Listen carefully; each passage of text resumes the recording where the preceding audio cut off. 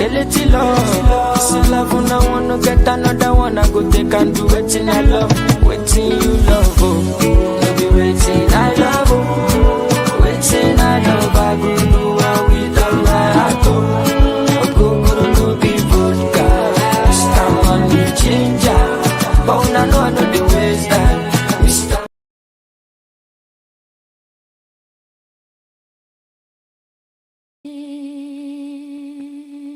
You let a yum yum yum yum yum yum yum yum yum yum. Nayela pere,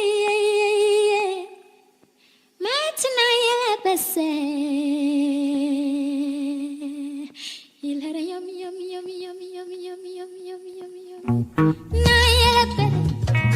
Nayela pere, muna kapera, chora kakisa, bayari hela pere. Balungana baire, tupa ani, aingping tutna, masanta tapage, bayu tutele, masankele yura, babantu biyara, wihari hela pere, bongana baire, tupa ani, asikuluja tutna, ikina kine, unkile sikuluja kine, titatia, undidle sikuluja tia. Satasua, nzadle sikuluga suwa. Korakua, nkole sikuluga kuwa. Sorasua, nsole sikuluga suwa. Tinayela pere, nakapere. Chora kakisa, wihari hela pere. Bongna waire, tupa ani, sikuluga tuna. Tupa ani, sikuluga tuna. Well, good afternoon. It's 2 p.m. in the Boston area. It's about 7 p.m. in Ghana. Today is D-Day. Today is Ghana's 9th election of the 4th Republic. The polls have closed and election results are trickling in. So we are here this afternoon from this part of the world to have a conversation more like an election party, to have conversations about the results as they trickle in. I have some panelists who understand elections and democracy, and they are going to join me here this evening to discuss the matters as they arrive. So with me, I have Ike Odum, Dr. Isaac Odum, professionally, but we call him Ike, an assistant professor of political science at Carleton University. I have my good friend, Oreku Kusi Ampofo, who is also a political scientist, but he works as a policy analyst based in Canada. I have my good friend, Vida Bugri, who is an education consultant based in France. And then my very good friend, Alfred Appiah, who is a policy and data analyst, also based in Canada. So, ladies and gentlemen, you are welcome. So, today is going to be more of a less formal show. We're just going to have more like a casual conversation about what's going on in Ghana right now as the election results trickle in.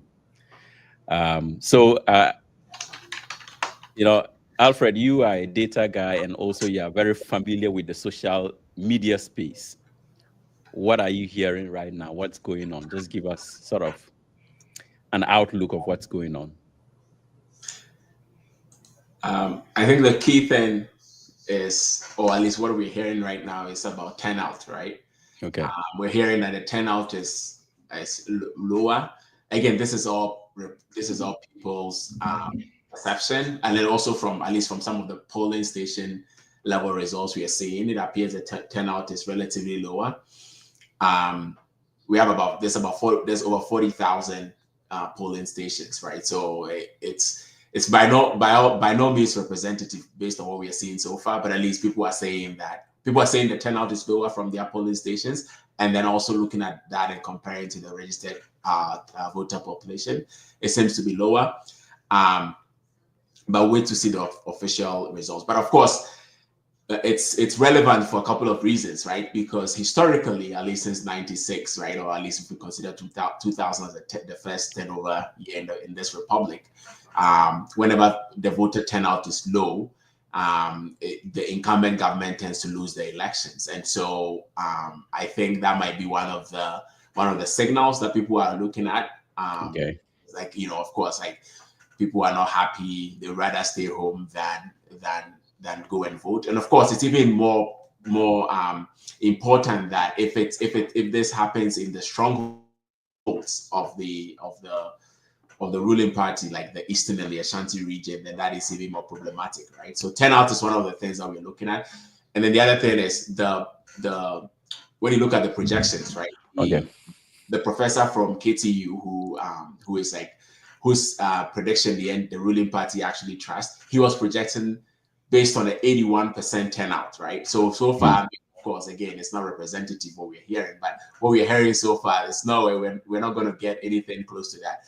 I think I'm, conservatively thinking we might be looking at 2016 level turnout in those elections, which would signal that the ruling party might not be able to hold on to power. So it's still early days. We're all still speculating at this point, but basically turnout is one of the things that people are looking at. I don't pay too much attention to the polling station level result, except for like trying to compare to previous years to see what turnout looks like. Because at the end of the day, the aggregation, once we get into the constituency level, that's when we can, actually start making some inferences from the data. Because 40,000, if we only have like 150 or so far declared, that's nothing. So. All right. Okay. So let me add Zita to the platform. Zita is a PhD in sociology based in Calgary. And so, Chairman, you can't be disclosing my location anyhow. I'm a high-profile individual, highly influential on the social media space. So okay. I'm not in Calgary. I am somewhere in Canada. Yes. Okay. All right. Yes. My bad. It's important. All right. I'll be careful next time not to disclose your location. So, but Oreku, I mean, you last time here declared your bias for Bawumia. Are you feeling good about what we are beginning to witness so far? I think Alfred is right to a large extent. It depends on where the turnout is coming from, and if it is even a turnout. We shouldn't forget that our voter register is bloated. So at times, the so-called turnout might be a reflection of the natural order. If people are really being prevented in voting, and like we have a voter register which is in the range of, if I'm wrong, Alfred, correct me. Well, are we sure the voters register is bloated? Yeah, exactly. That's what I was going to say. So in the range of 20 plus million or so. So, well, no, we have 18 million. So we have 18 million. 18 so million, this is 18.9. So but 18.9 for a population of NPP told us that the voters register was bloated. 30 plus million. And then we went ahead in 2020 in the midst of the pandemic to compile a new voters register. So I don't think and the EC tells us that the voters register is credible. So there's no way we can be talking about bloated register now, right? Because we have been assured that the voters register, even a deputy EC chair was saying something like the old voters register had pictures of animals in it. Now we know the voters register is clean. So I don't think that we can make that argument unless we disagree with the EC, right? Yeah, but after we are not here we're here to make analysis. Yeah, so but what's your basis for saying that the voters register is bloated?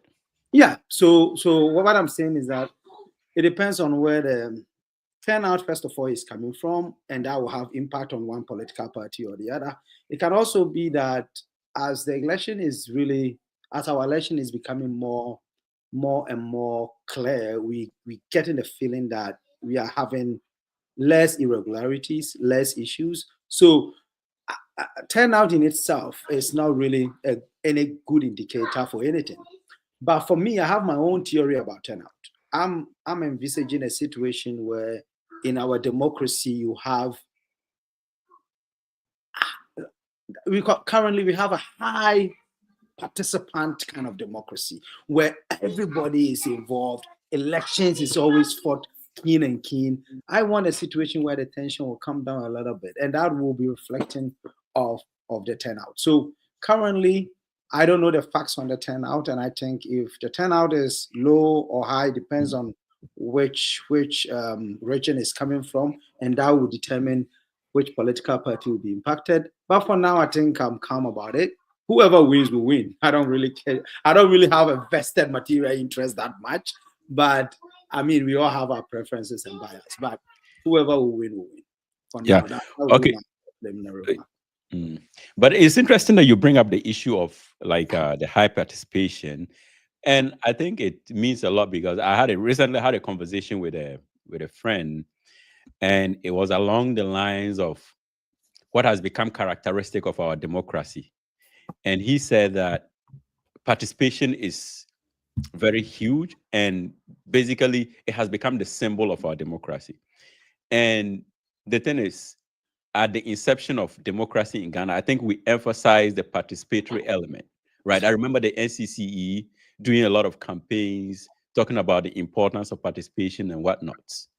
So on that tangent, if there's a low turnout, it doesn't mean a lot. I mean, Ike, I don't know. I think I didn't get a chance to develop that point. But Okay.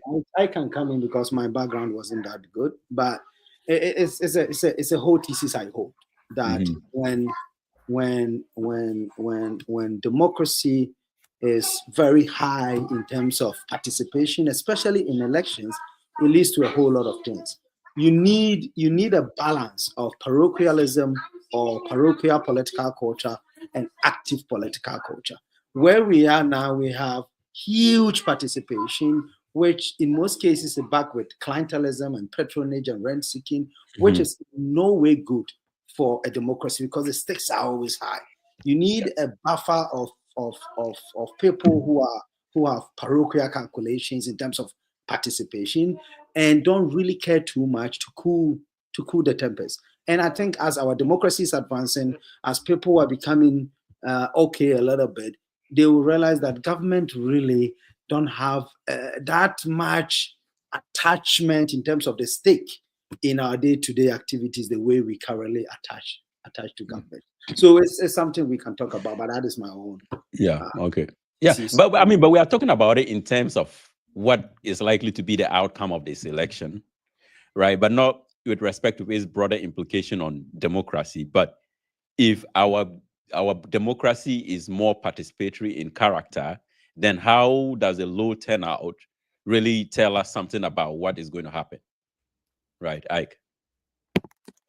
Yeah, so a couple of things. Number one, I think because Alfred started us on the voter turnout, I can comment a little bit on that. But of course, democracy thrives on people's participation, right? And so if we notice a high turnout, it's an indication of people's participation.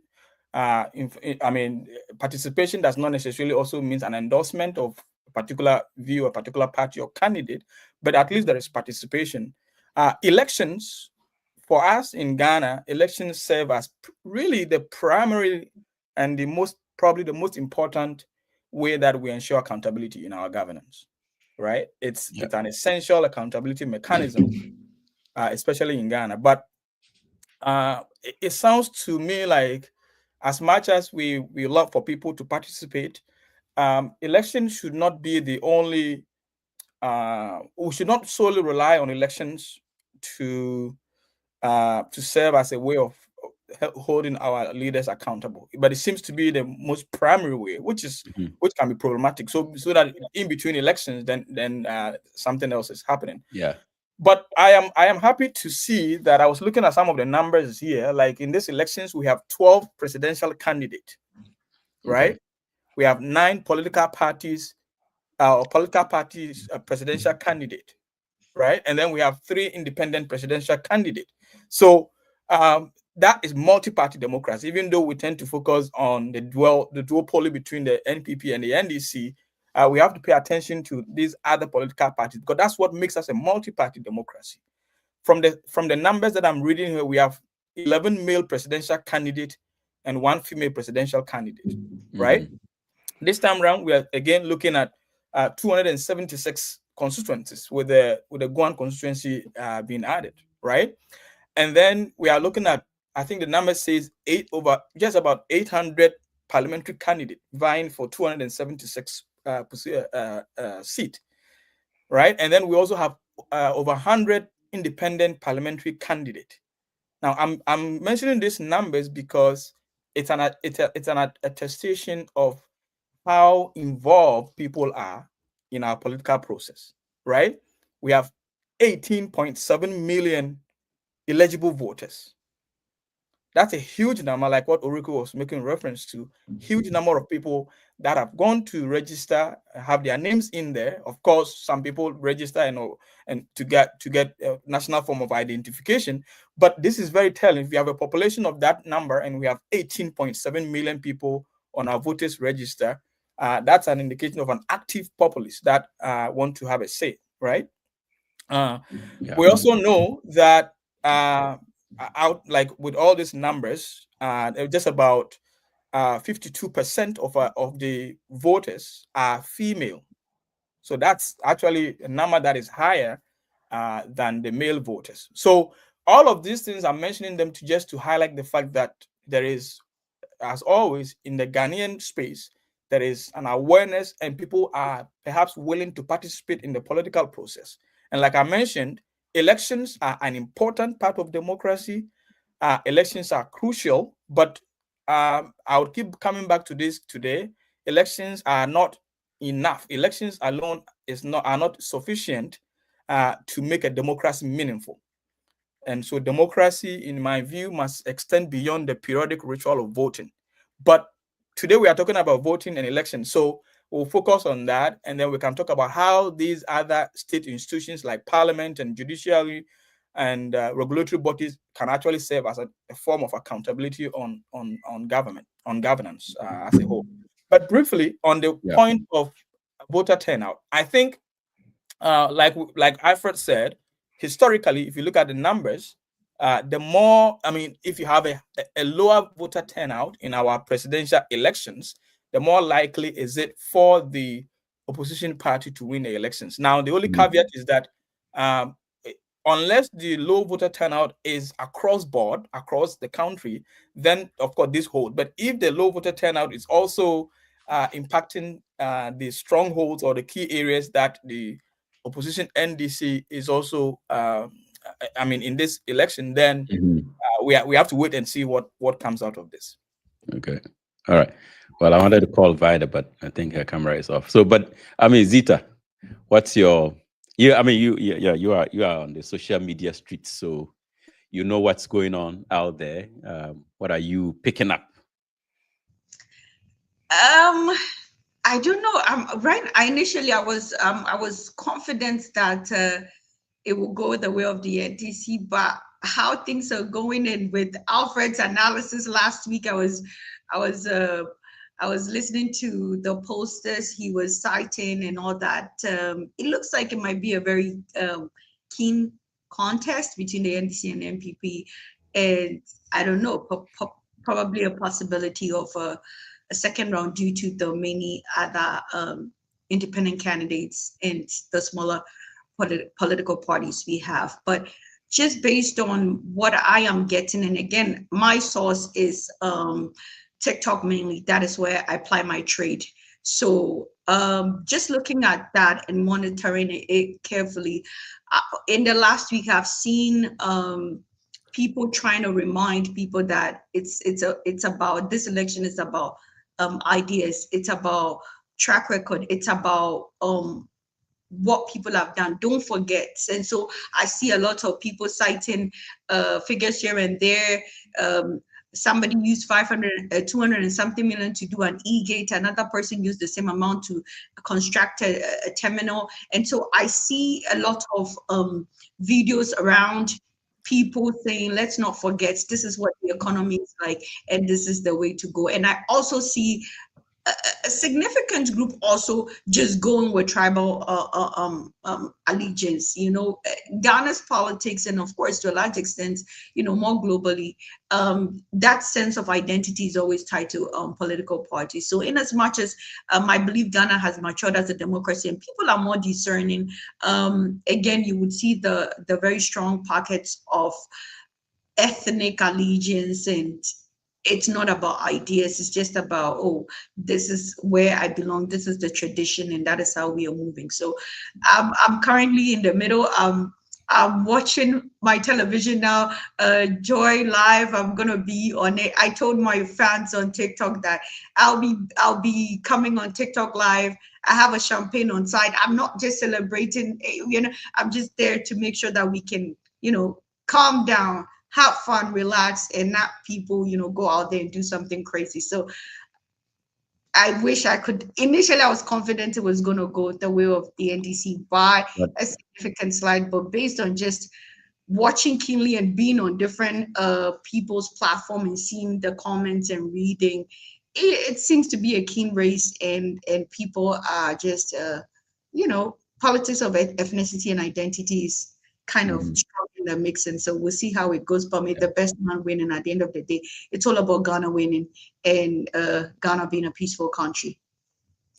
Yeah, I mean, I think we've always talked about how, for instance, it's more difficult for the NDC in recent times to win the election than the MPP, right? And because if you look at the pattern, for instance, the margins by which NDC wins elections, especially, and I always say the best sort of baseline is 2008, because that was a really competitive election. The issues weren't extremely against the MPP at the time, but I think they had also displayed certain opulence in government. There were allegations of corruption here and there that, to some extent, it gave weapons of attack to the NDC to fight in that election. And so the issues were balanced, if you ask me. And so when you look at the margins, it was a very close election. Now, if you look at the elections where the NDC has lost, they've lost by a far more large margin than the MPP. So taking that into consideration, how do we really view this election? Because I don't know, it seems like the issues are against the MPP, but it's really difficult to tell how this election is going to go. Yeah, so we don't have to really speculate too much anymore, right? Because the elections have just concluded, and the results are going to start trickling in very soon. And so, but we have the room to be able to make some analysis based on previous record, right? You are right. If you look at the numbers, right, since 2000, anytime that the NDC has won elections, the record shows that the MPP always seem to have a much bigger chunk of the percentage of vote compared to the NDC, even when the MPP, the NDC is leading, right? Yeah. So like the 2008 you are referring to, 2008 first round, NDC got 48%, MPP get 49%, and we go to runoff and NDC wins 50.2%, right? It's 2012. They had the highest 51% of the vote. MPP still had 48%, right? In 2016, the MPP had 54, and then the NDC had 44, and then in 2020, the MPP had 51%, and then the NDC had 47. So there is a trend that you can see there, right? I have mentioned elsewhere that the two main political parties have a threshold over 45 or plus, right? 45 plus. But the MPP seem to always have between 46, right? On average, 46, 48 average there. Whereas the NDC is always just around just 46 thereabout. And so the numbers suggest that there is always, like, it's much easier for the MPP to win elections. And there are so many factors that can account for this. We can go into some of this later on, but it's significant because what it does is that it tells you that the MPP can be very strategic about how to win the elections in Ghana, right? By focusing on not just specific stronghold, but also try to show up their vote in other parts of the country. If you look at this year's elections, there is one thing that we want to take note of, right? We've noticed that there are some increases. Greater Accra, for example, which is a swing state, okay, has grown in terms of the swing region. sorry. Yeah, see, look at me. Swing region. So Greater Accra, in terms of the voter registration, has grew by 6.7%, from 3.5 million in 2020 to 3.7% in 2024. Here's the other thing, though. Even though they've grown still a little below the national average, 6.7, the share of the greater of the national register has declined from 20%, well, 20.67 to 20.05%. What am I trying to say? What I'm trying to say here is that even though we have more people in Greater Accra now on the register versus an Ashanti region, right? There is still a very interesting dynamic there. The other thing about the stronghold and percentages is that I've heard people say that in the Ashanti region, if the MPP is able to get 8 people to go to the polls and vote, if voter turnout even gets to like 75, then they have a chance of winning these elections, right? Okay. But they are forgetting a few things. Number one, that the NDC is doing consistently well in the Ashanti region. Of course, they are not going to win Ashanti region, not even close, right? But they are increasing the numbers there, and that's going to have impact, right? Obviously. The other thing too is that the 2 other candidates that are independent candidates that are likely to pull vote from, in some sense, from the NPP are the Alan Chamantin's party and the New Force, who are all Ashantis, right? So they are likely to also get some vote from there, and that potentially helps the NDC to increase, or at least to have a much higher numbers in the Ashanti region compared to previous years. So there's a lot in there that we can talk about. I know Oreku may disagree with me on this, but the Ashanti is not as it's solid, but the NDC is making a lot of inroads there, and I think the 2 candidates, Alan Chamantin and Cheddar, are likely to also take some vote from the MPP. The blue in Ashanti is getting lighter. That's what you're trying to say. Yeah, in some sense, yes. Especially if the voter turnout doesn't go well for them, then that's a okay. Oreku, hold your thought there, and I'll go to Vida for her initial thoughts on what she's observing so far, and Okay. Hello, everyone. So good to have you all and be on here with you. For me, as we all know, Ghana has had peaceful elections over the years, and this is no exception. If we compare the number of brouhahas that happened over for the 2020 elections and that of this year, this year we recorded a death. I don't know if you followed that. Yeah, there was death, and I think it's quite unfortunate that a democracy like us, quote and unquote, because Ghana is mostly termed democratic only when we are voting most of the time. So I think so far it's been peaceful, and I also join Alfred in what he said about the low turnout in the votes. We see that there have been lower turnout for the voting, and we are yet to find out if that's going to affect the results, if it's going to affect the results. For me, my concern is the fact that a democracy like Ghana, up to now, we, those that live outside of Ghana, we cannot vote. And that, for me, I don't know at what points that we are going to talk about this, looking at the way that the diaspora actually rallies when it's time for voting. They put in lots of money, lots of effort, and so I think we should be able to be given the votes, or given the chance to also express our rights. Thank you. All right. So Yeah, by the way, I just What- wanted to compliment Vida. I love your hair and I love the gap in your tooth. Okay, I'm a girl's girl. I'm a woman's woman. I just wanted to say it. I've been meaning to say that. I wanted to type it in Thank the you, chat, but Zita. I love it. okay. Thanks. Yeah. Okay. Oreku. So is the blue in Ashanti decreasing in terms of its hue? Yeah, Be- I don't think I would disagree with Isaac on that. Yeah. I think it's factual. I mean, since I think in every election you see that NDC is making inroads, and that's the nature of Ashanti region, that you see there was significant NDC's vote in Ashanti region is particularly significant.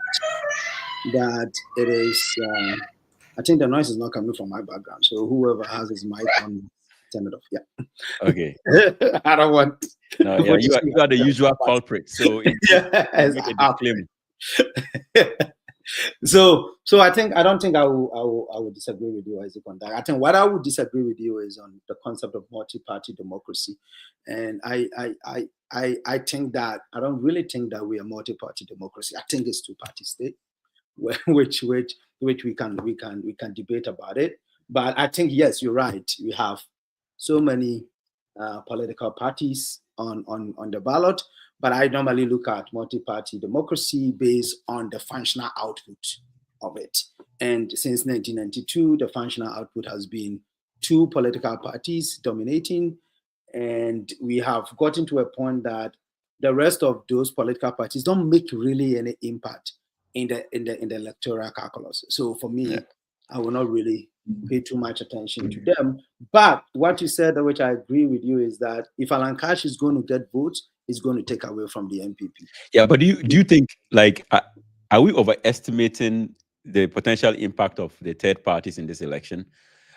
Like Isaac said, we cannot, like, we should wait for the next few minutes to get that answer. But historically, the third force is no third force. Yeah, but I think their influence has dwindled with every election, right? Yes. So I really don't really mark them, but maybe Cheddar is going to surprise us. I don't see Alan Cash surprising us, but I think Cheddar can surprise us with his third force. I'm hoping so. Yeah, Alfred, what do you think about that? Do you think the third parties can make a dent whereby... You didn't make me finish my point. Let me because you know that then is like... But I think one thing I have here that Vida said, which is very important, is why can't we vote? And why can't we vote? The reason why we cannot vote is politics, it's partisan politics. Because you remember there was a ROPA, which was passed way back, everything was certified. The NDC fought hard against it. Afarijan was scared to implement it. So actually I had a paper that I was writing it why, and I put NDC as a veto player. But the reason why we couldn't is that the EC is a veto player in this. So Parliament has passed it. I think the law was that EC should determine when it is feasible to roll PAL out. And since then, Farjan was a little bit skeptical. Since then, subsequent ECs and all the politics surrounding EC. Could you imagine Jane Mensah is saying he's going to allow people in the diaspora to vote? It's going to be chaotic. There's no way NDC is going to agree to that. It's remote in terms of our reality. So I think the reason why we cannot vote is politics. I think the two political parties are all weighing their calculations, and MPP passed that law because I think they are a political party. I think they think that diaspora votes come in, put 2 and 2 together, they are more likely to draw more from them. And NDC also thinking that no, it will go against them. They fought against it, and that is why we don't have. It's not logistics. It's not because we cannot do it, but it's purely because one political party will not agree. One political party will not agree. What are we as diasporans? What are we doing about it? It's rather unfortunate, really. Yeah, it's very unfortunate. I mean, Yeah, go on. Go ahead. I mean, there are countries that cannot boast of our democracy, but they still get to vote out here. Yeah. But Oreku is putting it on one political party. I don't know how you get to really claim that it's the NDC that is not allowing We're it. gonna look at the historical analysis. No, but that's the law. No, I agree that, for instance, if the diasporans were allowed to vote, it's more likely to favor the NPP. But your accusation that it is the NDC that is against the implementation of ROPA is where I disagree with you. No, they officially opposed it, though. Maybe yes, but how about the implementation? Maybe you've forgotten. They officially opposed it. They officially said they don't want it. They walked out of parliament. They officially, every step by the way. What happened is that I think they realized that it was going to cause a lot of chaos. So they allowed the EC to decide when to implement it. And with this political temperature, do you think any of these ECs from Linda, what was it, the one that the one she got removed? Okay. Charlotte Osei. Would you think Charlotte Osei was going to do that? No. The current EC is not going to even think of it. Because he's sitting on a time bomb. If NDC ways to go. So there's no way he's going to do that. So no, I guess my point is that the current lack of implementation doesn't stem from the people that initially resisted it when it was passed in parliament. I mean, we can talk about let other people talk. I don't want to have a bad talk. I'm just saying that you're making an unfair accusation here. That's all I'm trying to say. All right. Yeah. So Alfred, we're talking about the influence of the third parties because we've seen them, their influence has sort of dwindled with every election. But some of the polling is suggesting that they could perhaps take this election to a third round, which I don't see, but I don't know. What do you think? I don't think they have the ability to do that, unfortunately. And I think that somebody like Alan Chermate, for example, may have overestimated his influence, right? Like in the NPP. Because him breaking away, thinking that he'll be able to bring some of these faithful people that have traditionally voted NPP, and some of his utterances even, like he was surprised that Kufuor was endorsing the NPP candidate, and I was like, what? I don't know what he was expecting, right? I think he's had this sense of entitlement in the party, but so I don't think that the between Cheddar and Alan, I don't think. By the way, I think Cheddar would even beat Alan German. But I don't think that they have that ability to do that. I think it would take something big, right? I think we haven't even had anybody like Edward Mahama in a while, right? Like when the PNC would try to get some percentages. Hassan Ayarga would disagree. He walked out of a press conference 2 or 3 days ago. I think actually it was yesterday. He was upset about something that was said in the press conference. He just walked out. But yeah, Hassan Ayarga, he was even last time. Did Akweadonko beat her or like the Osofo beat him? Shiraboso beat Hassan Ayarga in the poll in the 2020 elections. I don't think any of those parties have the ability to do that. Unfortunately, I think we are stuck with this. Unfortunately, we are stuck with this duopoly for some time, unless we see something that happened in Nigeria with Peter Obi getting the youth and all of that. But I don't. People maybe expected that Cheddar might be the one that will be able to do that. Can you still hear me? Because I think I'm freezing. Yeah, you are breaking up, but we can hear you. You can carry on. Okay. Yeah. So I think when Cheddar came on the scene, right, maybe there was that expectation that maybe he might be able to do something. And then, of course, he started saying things that even, basically made it look like he's basically part of the duopoly, basically, because when people are protesting against Galamsey and all of that, and the kind of messaging that he was passing, because I think that would have those times would have been his opportunity to even align with the youth a lot more, right? And those times when people were protesting against cost of living, first of all, the guy stayed behind the mask for so many months, right? Like there was this mask that was all over town, but nobody really knew who was behind the mask. Eventually, he revealed himself. So I think he missed some chance. to try to basically get the youth on his side, right? To maybe cause some damage. But I don't think, as things stands, I don't think any of them have that ability to be able to push this election to the next round. I think this election is going to catch victory for whoever wins. Yeah. I think he hasn't demonstrated that he's an option. Yeah, he has made some sort of outrageous claims about, for instance, the, building this or pulling the sea all the way to Kumasi and things like that. It makes me wonder that, is this a person really serious about becoming a president? And I have a personal beef with him. In fact, he picked on bald-headed men. So,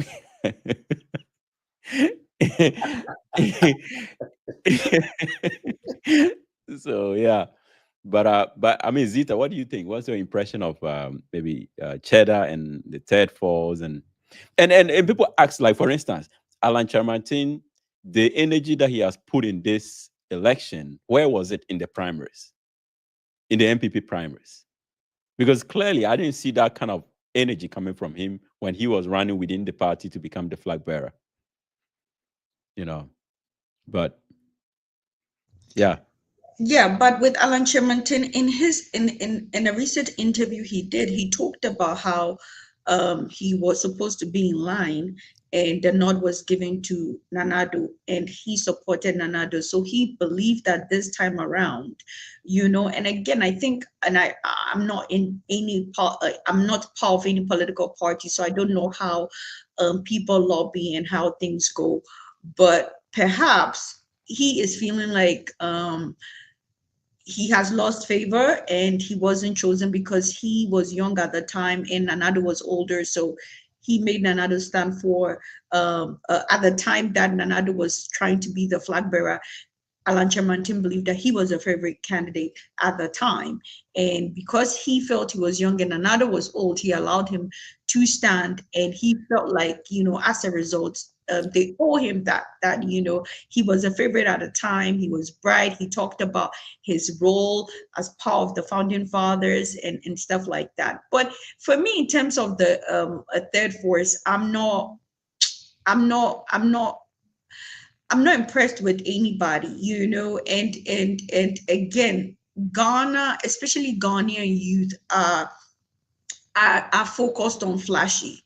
Oh, the person has money, the person can lead. We don't know the background of this person. We don't know about any feasibility of ideas. You want to dredge some water to Kumasi or whatever. For me, I felt it's ethnic politics because we have to look at how much trade or how much, in terms of physical outcome, how much trade or business does, Kumasi or Ashanti region generate that being able to dredge water there makes in terms of, financial sense or economic sense, So these are some of the things, but the youth in Ghana and more globally, people are focused on externality. Oh, the person has this, the person has that. As a result, they are able to lead. And that is why we had a whole Chef Smith scam the entire Ghana about, Guinness World Record and having it, and nobody followed up. We are not a nation that we look up people. You want to, because you need to have at least some experience in public sector, working. We want to see you serving, even if not in a public sector. We want to see some track record of your leadership skill. And it's like, somebody comes from nowhere, there's mystery, and all of a sudden they're third force. For me, for all those other third forces, I just see it as ethnicity, people playing to their ethnicity. And like I always say, ethnic identity or tribal identity is central. And because it is central to Ghana's politics, we will be stuck between the NDC and the MPP until we have electorates who are beginning to look at ideas, to look at track record, to look at feasibility in policies, and even be able to read. Because a lot of people are voting in this election and they've not read the sector report. They've not read the education sector report. They've not read the mining sector report. They've not read the agriculture sector report. They've not looked at the various sector reports. People are voting in based on just ethnic sentiment and all that. And that to me is always my frustration, because you need to look at what is going on. Some people are voting skirt and blood. They are voting parliamentary and presidential simply because of what? The party colors. But some parliamentarians need to lose their seat. Okay, but Zita, let's stay on that ethnicity dimension, because are we not overflogging this idea of voting on ethnic lines? Because now it's important to look at the history, the origin of our political parties, right? So, for instance, the MPP tradition began in the Ashanti region with the NLM, right? And so you grew up in an environment where a political party forms. Your parents support that party, and then you grow up and pick up from your parents, and then you develop your political leaning towards, depending on who your parents typically supported, because of course they are your breadwinners. Now, fast forward to, in fact, even in the early days, the Togoland Congress Party was more aligned with the NLM, right? Because they were all opposing the CPP. Now, fast forward to 1969, and there's an election with Progress Party, which is still the MPP tradition, the NLM tradition. And then there is Wedema, who was previously a CPP guy, who was previously, but he and Nkrumah fell out. He went on exile and came back in 1969 to contest that election, right? And he's from the Volta region. So he forms a party and its base is from the Volta region. So I think is that Wedema party, which I've forgotten the name of the party, Oreko, if you can remind me, but the NDC sort of also takes its lineage to some extent from that origin. And so we will expect that in the early stages of our democracy, those lines are going to exist. But as time goes on, we are beginning to see it dissipate a little. So, for instance, I have observed something in the Ashanti region that hasn't happened before. There are certain figures that are publicly, expressing their support, explicit support for the NDC, which has never happened in the past. So, I mean, yeah, but Oriku, you get my point here. Are we overemphasizing these ethnic line voting, given that we are also beginning to see it basically fizzle out in a way, not completely fizzle out, but it's reducing?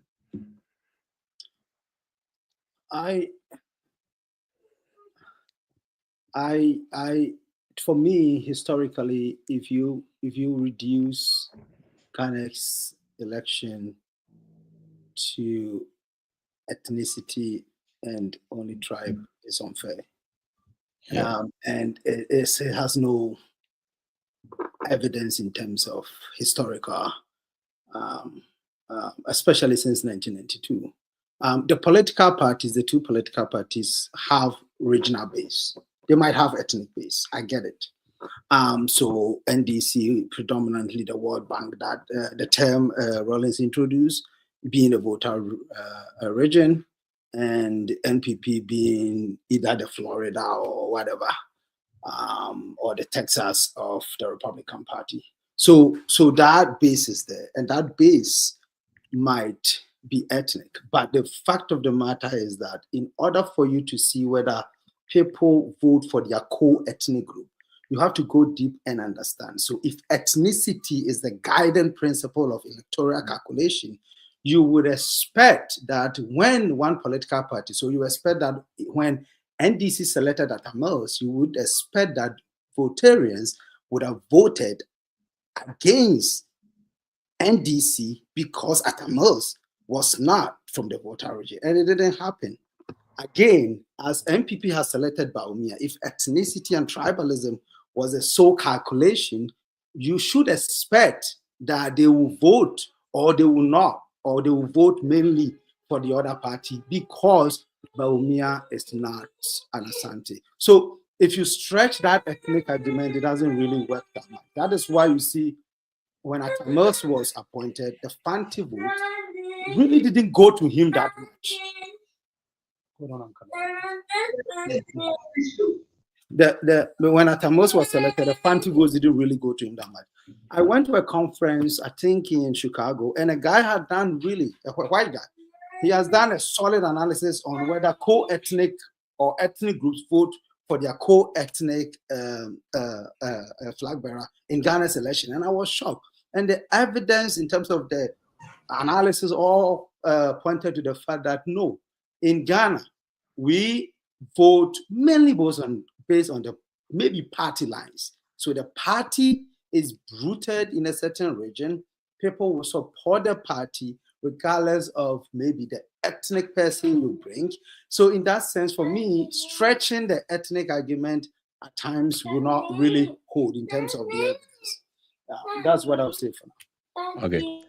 And Okay. I wanted to say, when I say ethnic, I'm not saying people are voting based on the candidate, because I mean, we should all apply, understanding of the Ghanaian context. It is the history of those parties. It is how from the Voltarian liken the NDC to Rawlings, who was part Ewe. So when I talked about ethnicity being like center stage, I'm not saying it is the only. I'm talking about how people align with parties based on the history, based on the founders, and it's not about the candidate per se. It is just based on that, the founding ideologies, who they were, and how it rallied around politics of ethnicity and politics of identity. That is what I mean. I don't mean that, if an MPP should put an Ewe man there, then voters will say, oh, it is an Ewe, so I'm going to vote like that. Because if it is like that, then there will not be a lot of dissent in the MPP, because some of the, MPP people are like, okay, Bawumia is enough now. So irrespective of the fact that he's enough now, he's still on the ticket of a party that Ashantis believe, or Akan speaking groups largely believe, that it is their, in a way, it's rooted in their foundation, or the people who initially started the party are part of them. So we need to delineate that linear thinking, that when we talk about politics of ethnicity, we are saying that it is the people on the ballot, the person must be my group. No, we know the MPP and the NDC are, rooted in 7 ethnic groups. And it's not just,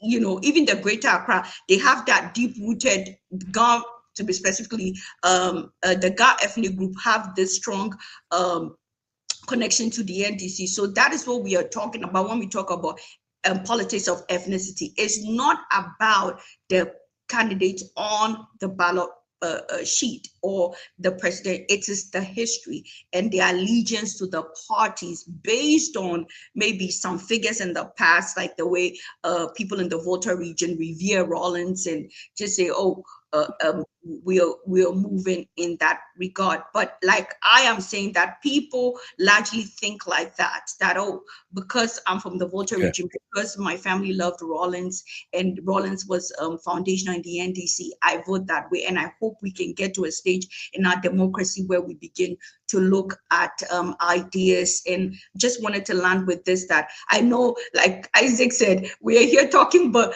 they've already finished voting. But I wish people would have looked at, members of parliament quite well, and not just vote like, you could have a separate love for a particular presidential candidate, and you don't have to vote the corresponding parliamentarian, because Ghana tend to have some level of decentralized system where we need to focus on who is standing in our constituency as a member of parliament, evaluate the person's body of work, what have they done. You can't be in Accra, your constituency is somewhere. I would use in the Volta region, you hardly go there, and it is time for election. You're going to funeral, you're making funeral donations, and all of a sudden you are elected back. We need to come to that stage where even I can maybe like a particular presidential candidate, but realize that the person standing at the parliamentary level has not done enough to merit my vote to go represent me. Okay. Yeah. Can I comment on this? Yeah, exactly. Yes. Yeah. Okay. So I mean, Zita is making very, very good point there, which is that ethnicity plays a role in terms of our election outcome. But the other thing that maybe Zita may want to also pay a little bit attention to is the fact that people are informed. The way people vote, are informed by so many different factors. And so we have different people that may most likely have more influence from a particular factor. So, for example, in Ghana, we are placing it in context. You're going to have people that are going to vote for a particular political party or candidate based on the performance of that candidate or party's performance as a government, right? So that's one factor. That's one factor. There are those who would also vote for a particular political party based on the candidate, right? There are people who vote for a particular political party or candidate based on right? How they feel about the economy. So, and of course, that's not to say that that is also not partly influenced by ethnicity, right? So there is all these intersections that happen, right? But a lot of the time, in fact, I think that the way we have tried constitutionally to deal with this issue has in some sense helped, but in some sense hasn't helped. So what we have done is that our constitution outlaws ethnic symbols and identities in party politics. Yeah. Right. And the idea is to basically de-ethnicize our elections. And so, and I think that's partly why small parties are not doing well, because you have to have a national character as a political party, right? So the movement party or the PNC or the CPP, all of them, and even the most recent one, some of the independent candidates, you have to have a national appeal. You have to be able to, in fact, you actually have to have an office in almost every constituency, right? And a lot of small parties can't do that. And we put that in the constitution as a way to outlaw ethnic identity politics, right? So, and I'm not saying we have been successful at that. I think that what we have done is that we have been able to institutionally put in measures to stop that. But we see that no matter what, ethnicity still impact voting. Mm-hmm. And most of the time, when we talk about ethnicity impacting vote patterns in Ghana, we are particularly talking about strongholds like Ashanti and Volta, right? Historically, that has been the case. But other factors such as the economy, government policies, campaign promises, right? Government performance always have influence on voters' decision making. So there's always that intersection, right? Policies of intersectionality. Yeah. But the thing is that I think a lot more people are becoming not necessarily sophisticated in the way that Zita is mentioning, because Zita want people to go and read the government policy on education, the MPP's manifesto. No, I mean, you have people like us that may be paying attention to that, but there are millions of other people that is not their primary concern when it comes to deciding who becomes their MP or who becomes their president. Take note that if you look at how Ghanaians vote for parliamentary candidate to become MPs, look at the kind of promises that the MPs give out, right? It goes way beyond lawmaking and legislation, right? And so when people are voting for MPs, they are looking beyond just getting somebody into parliament to make policies on their behalf. They are looking at their daily bread and butter issue, right? So in that sense, you are going to always have people who may be loyal to a particular candidate just because the candidate had doled out some support for them in the past, right? But you're also going to have overall Volta region, Oti region, Ashanti region, where one of the political parties is going to win there. And we have this everywhere. We have this all over the place, right? In Canada here, there is no way the Liberal Party is winning Alberta or Western Canada in any election. That's not going to happen. But we cannot have Bloc Québécois in Ghana because it's based on a particular national identity in Quebec. Ghana, you can't form a political party like that. And I think that's what is hurting some of the smaller parties. Because Mark, you are right. Consistently, what we are seeing is that the voter percentage of the smaller parties is on the decline, right? It's been consistently declining, and that's very worrying for me, even though Oreku seems to think about multi-party democracy as outcome. But I think even symbolically, having different political parties participate in political process is very important. We were, like, if you go to 2004, the smaller parties had just about 3%. In 2008, 3%, right? And then we come to 2012, we are looking at 2%, 2016, 2%, and then in 2020, it's like 1%. So there's consistently smaller parties losing. But I think there's a connection between this idea of ethnicity in our elections and also smaller parties. My view is that the two big parties have found a way to be able to really hold us sway, so that even if we are not happy with their governance over 8 years, we still can't talk about a third force like the Nigeria sought to do in our system. And I think I wish to see alternative set of ideas that comes from a third party. That is what did you say about Nigeria? No, I'm saying that we have not had the kind of a third party that can make significant impact in elections, like what the Nigerians had under the Peter Obi. But no, Peter Obi didn't make any serious. No, but Ike, on that score, can it rather be the case that Nigeria's democracy hasn't consolidated to the point where there would be just these two dominant, there will be an emergence of two dominant political parties? Because we just talked about how, in our case, the third parties are fading into the background. Yes. Nigeria's democracy is not as mature as ours. So perhaps, is it not a symptom of that burgeoning stage of the democracy where, for instance, a third influence can make a little bit of mark, but with time, when it consolidates, two dominant parties are going to rule, basically? Because that's the way I honestly see the Nigerian case, that it hasn't consolidated yet. Yes. But I think the reason why I don't pay attention to the multi-party democracy concept in our case, it's not because the two political parties has been able to hold a sway. It's just because of the way we've designed our system. I mean, if you have, and I think I said it last time, if you have a presidential system which is based on first past the post, with time you're going to have two dominant parties. It's not a doing of the parties. That's what is going to happen. The reason why in Canada we're able to have Bloc Québécois is because it's a parliamentary system. So in the parliamentary system, strategically, you can focus on a certain area, consolidate your gains, and later push your push your how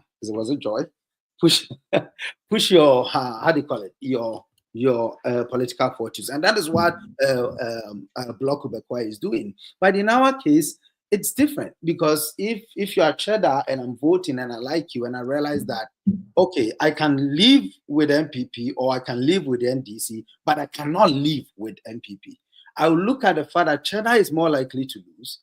And regardless of the victory, regardless of whatever he will get, his vote will not be counted. So why would I strategically not vote for the second person or the second political party I can live with? If we really want to have multi-party democracy, in my view, we have to change our electoral system. Once we change it, it will work like magic. If you go proportional representation, you are going to have multiple political parties all making cases, all making some gains, because the counting is proportional to the number of votes you get, and those people will end up representing in parliament. So if we really want to get multi-party democracy, then we really have to change it. The reason why I define multi-party democracy based on output is that until the NDP won in Alberta, we all concluded that Alberta was a one-party state, because we had one political party that had won office for 40 years. And although there were always more political parties on the ballot, but one political party won for 40 years. At that point in time, it was convenient to conclude that it's one-party state. Although, by definition, you can say it's a multi-party democracy, because everybody is allowed, or multiple political parties are allowed to do that. So for me, I'm not really too much bothered about the fact that the third force or whatever is not really working well. I think it's by design. If we change the electoral system, we are going to have multiple political parties. The danger is that then you are going to have people conveniently targeting certain groups of people in order to win certain pockets of the votes, in order to influence electoral outcome. We don't want that, because of our past history, where we had NLM, we had Togoland People's Party, we had how do you call it? The Muslims. So we don't want that. We are with Muslims Party. We are not in People's Party. And I think that is why the framers sat there and realized we need national character type of party, Yeah. we want to do presidential system and we want to do first past the post. And in this case, for a long time, first past the post, according to my own analysis, will produce two dominant political parties. Yeah. That's what we're experiencing now. Yeah, yeah. So I mean, I guess there's an American saying that all politics is local.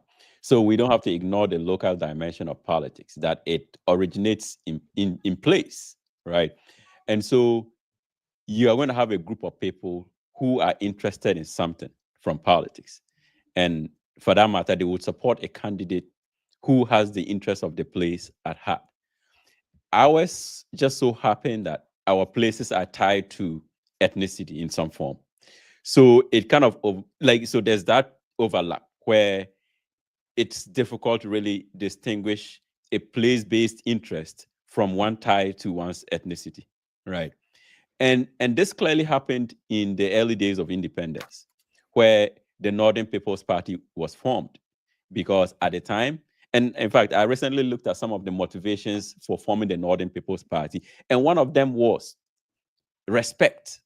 The idea that Northerners weren't typically respected across the country, and so the Northern People's Party was formed as basically something that would project the interests of Northerners and demand the respect that the people deserve. And so they formed the Northern People's Party. It wasn't necessarily out of spite for another ethnicity, but it was to serve the interests of the people. And if you look at the objectives of the party, you can't totally dismiss them as tied to the interests of, so there's the social construction of ethnicity, right? In the United States, it's similar. You know, people in the South typically vote Republican. It's tied to certain practices, maybe cultural practices, we can say religion and what have you, right? But I think that's the complication of our situation. So there's that colonial legacy too, where we have just shifted to we've gone out of colonialism, and of course, again, places are struggling for development. So again, the politics that emerge is one that is projecting the interest of a group of people who are tied to a specific place. But I think there's hope, because we are beginning to see some level of autonomy among the young people, especially in places like Ashanti that were perceived to be, strictly tied to the MPP. You know, people are becoming independent, advocating for themselves. They take political positions that may benefit them, maybe personally, what have you, right? But Mark, I want to try and see if I can correct an impression. There is something about. Sorry, I'll make a quick one here. So when we talk about Ashanti region, you have to look at where these votes that we're talking about are coming from, because Ashanti, just like a Greater Accra, has a lot of what we can call settler communities, right? Yes. So a lot of the votes that we are seeing and potential flip from MPP seat to NDC seat are happening in areas that have a number of issues. One of it is Galamsey issue, but the other one is also settler communities, right? That that you would call, typically these are areas that are inhabited by people from outside of or from that particular ethnic group. So there's a different dimension to that. I want us to be able to be nuanced about it. Yeah. Much the same way in Greater Accra, and perhaps even in Volta, right? Yeah. And I'll use Bolga constituency as an example. Bolga was one of the few constituencies that were sympathetic to the PNC. When PNC was almost dying as a political party, somehow they still hang on to some support in Bolga. NDC has taken over now, but even around that time, around 2000, there were really competitive candidates for the MPP in Bolga. We had Dr. Gambila, who was a lecturer at University of Ghana Business School at the time. He had lived in the US, moved to Ghana, and he contested the Bolga seat. The election, I cannot recall by what margin the NDC won it, but he was perceived as a very competitive candidate. As time went on, I guess people were beginning to realize that you didn't have much of a political future if you aligned yourself to the MPP in Bolga, for instance. And it's not because the Frafra people like NDC so much, but it's because of the fact that if NDC, they tend to have stronger candidates. And so if the NDC wins, it's very likely that somebody from that constituency or that area might occupy an influential position in government. And that can bring certain level of development to the area. So then people begin to gravitate towards them, right? And now NDC doesn't really have any strong candidates in these places. Bolga, Bongo, and all these places, the parliamentary candidates that they produce these days are just subpar compared to, for instance, Andrew Awini in the early 2000s, and then Jessica Gambila around the same time as well. Even in the Nabdan district, you had, I think, Boniface Gambila, who actually unseated Asaga, who was a strong candidate at some point, right? So again, I guess it has to do with who the people think is going to better represent the interests of the people of the area rather than some unquestionable loyalty to a given political party. Yeah, so I don't know. Yeah, I agree with you. I agree with you on that. There are so many calculations that come into play during elections, and I think I'm paying attention. I'm going to pay attention to northern region. I'm going to pay a little bit attention to the Savannah region, but also northeast, and how this is going to play out, because it's a very interesting dynamic with the candidacy of Bawumia and Mahama in the northern part of Ghana. Yeah, that'll be interesting. Yeah, but I wanted us to also look at what we are hearing, or what we have, the videos we are seeing from the polling stations, especially with the involvement of the military, but also the larger question of insecurity and potential and violence that we have seen, or at least even if it's a minimal violence, the ones that we have seen. My hope, like going into this election, I was hoping that we were not going to have any report of somebody being killed or died as a result of our elections, right? Unfortunately, I didn't get that wish. Someone already perished as a result of elections, and so that for me is worrying, even though you can see that maybe just one person experiencing that is not as bad as maybe a lot more people like in the previous election, right? Or at least in 2020. But that for me is very, in some sense, you can tell from the way people were making the case about how it was easy to go and vote at the polling station. Yeah. Right? It was much faster. I think one of the reasons why we have that is because of the decongestion that the Electoral Commission has done. So now we have fewer people, I think on average 450 or so per polling station, as compared to previously where you can have a polling station that has over 1,000 people voting, right? So that's a very good thing. That's an institutional approach. So, but can that also be what has been observed to be a low voter turnout? Could it be? Yeah. I mean, but no. So I don't think there's a direct link between decongesting the polling stations and low voter turnout. Because I mean, we don't have the results yet, so people are just basing that idea of low voter turnout to what they observe at the polling, the numbers that they observe at the polling station. So if there's so if there's a decongestion that has happened, then people might interpret that as a low voter turnout, right? Yeah, I agree. So I don't know if that's what is happening. Yeah, no, we will have the numbers to talk about that, because what we know is that at 2 p.m. in Ghana, the Electoral Commission said that on average across the country, they are having a voter turnout of about 50%. Oh, okay. That is 2 p.m. and that was just about 3 hours to the end of poll, and that's not necessarily impressive. That's why I think our first started with a low voter turnout. But I guess, I mean, so I think what I was trying to say is that there is some level of growth or maturity in most of the polling stations, but we can't discount the fact that there have been some violence incidents in other polling stations, which in some sense have brought in the military. Frankly speaking, I wish the military institution or military people are not involved in our elections at all, because of so many things, right? And so when the army issued a statement a couple of days ago that there will be deployment of of the military, not to the polling stations. Yeah. But then when they are called upon, they would come in. I feel like given how people feel about the role of the military, but also because of how the military, whenever they come into our elections, it doesn't go well, right? Yes, they are very big force when it comes to the fact that the police in Ghana may not necessarily have the I don't know, the capacity or resource to quell violence. But the more we bring in the military into our or close to our elections, the more I get worried about it, because it tells me that this is a job that I think the police should be able to do.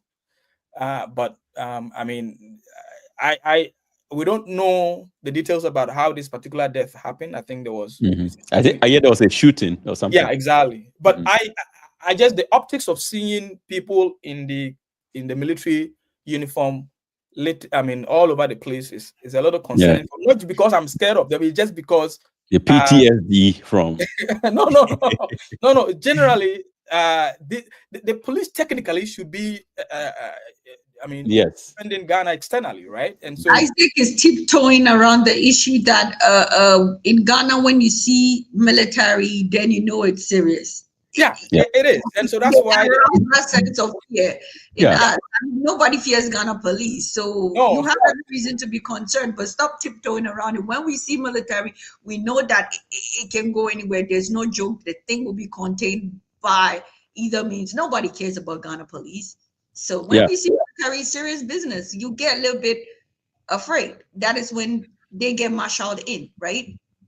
Yeah, but generally, I mean, invited, you can jump in on the security situation here. You know, if you have any concerns about there's one loss of life, and you know, loss of life in the northern part of Ghana, and then I also saw. Do you have a? Yeah, can you hear me? Yeah, we're hearing something in the background. I don't know if you have like okay. Yeah, there was some sound from the background as if there was a TV on or something. Yeah, but anyway. Okay. Yeah, I mean, the loss of life is, I mean, a family lost a member, right? So the pain is going to be the same, irrespective. So, yeah. So, Vida, if you can, yeah. Of life and the circumstances under which that life was lost was, should I say, very flimsy. Also, I saw that some journalists were also there was TV3 that was also locked up in a particular when he saw that they had watching some stuffed ballot boxes. I think that's what I saw during the elections. And then there were also some,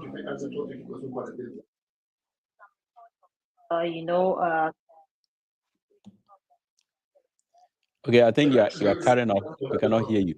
And then I don't know if you have a TV on in the background, because I can hear. Yeah. Anyway, yeah. Take care of my stuff and then get back to you. Okay. All right. Okay, that's cool. Yeah. All right. Yeah. So, but I mean, do we think that I don't know? Yeah, there's a loss of life, but it seemed like it was a calm election compared to, for instance, other elections. I don't know. Yeah. Yeah. It looks like we are. I mean, the thing is that some of the details are going to come out soon. Yeah. Right?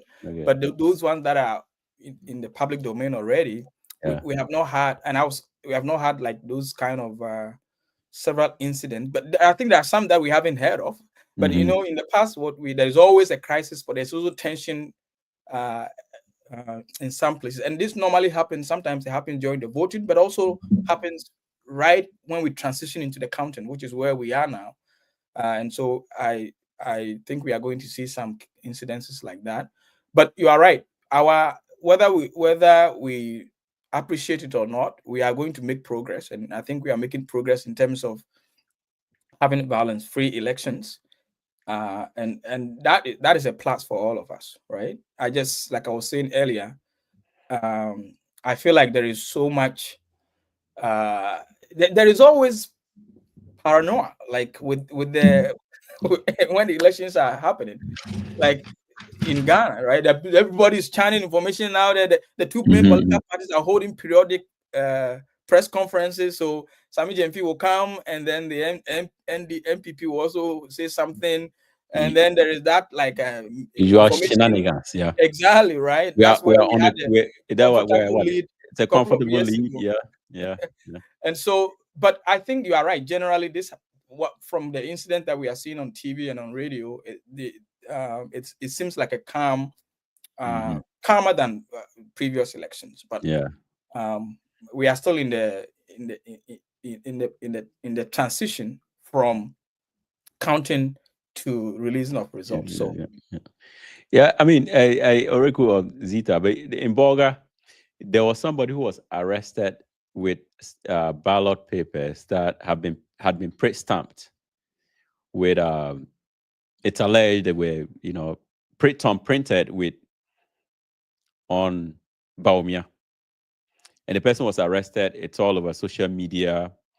I don't know whether it's been verified or not, but I have a feeling that we treat electoral malpractices very lightly in Ghana, right?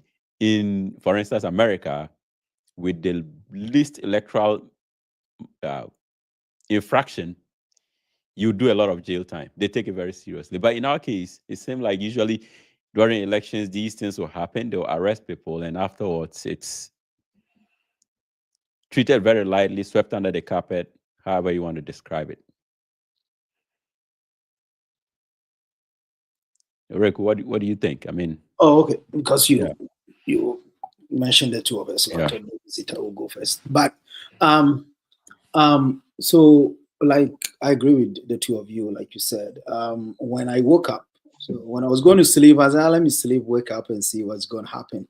Because of the time difference, when I woke up, I went to some few NDC bloggers on Facebook, which I know normally they throw out some propaganda. Then after that, I went to MPP, few people that I know they throw out.